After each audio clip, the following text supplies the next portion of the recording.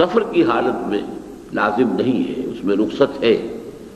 لیکن یہ کہ جو شخص مقیم ہے اور یہ مہینہ پائے فَلْيَصُمْ، اب یہاں پر یہ فعل امر ہے تو لازم ہے اس پر کہ اس کے روزے رکھے۔ اس سے پہلے ایک رعایت بھی تھی کہ اگر کوئی شخص مقیم بھی ہے، سفر پر نہیں ہے، مریض بھی نہیں ہے، لیکن اس کے باوجود روزہ نہ رکھنا چاہے تو وہ ایک مسکین کو کھانا کھلا دے، فَفِدْيَةٌ طَعَامُ مسکین۔ لیکن اب جب یہ آخری حکم آیا رمضان مبارک کے روزے کا تو وہ رخصت سلب کر لی گئی، البتہ یہ کہ سفر کے دوران میں اور بیماری کی وجہ سے وہ رخصت موجود ہے کہ قضا کیا جا سکتا ہے، پھر بھی تعداد پوری کرنی پڑے گی۔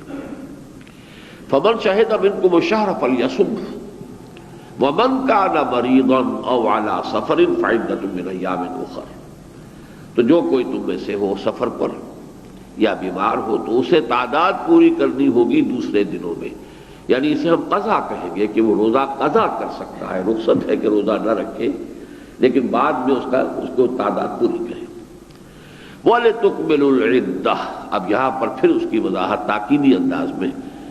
تاکہ تم تعداد پوری کرو۔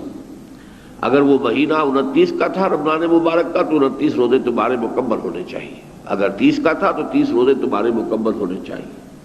کوئی روزے اگر سفر کی وجہ سے یا بیماری کی وجہ سے رہ گئے ہو تو ان کی قضا دینی ہوگی۔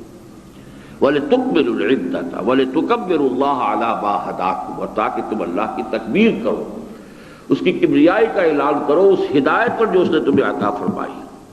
وَلَعَلَّكُمْ تَشْكُرُونَ، اور تاکہ تم شکر کر سکو۔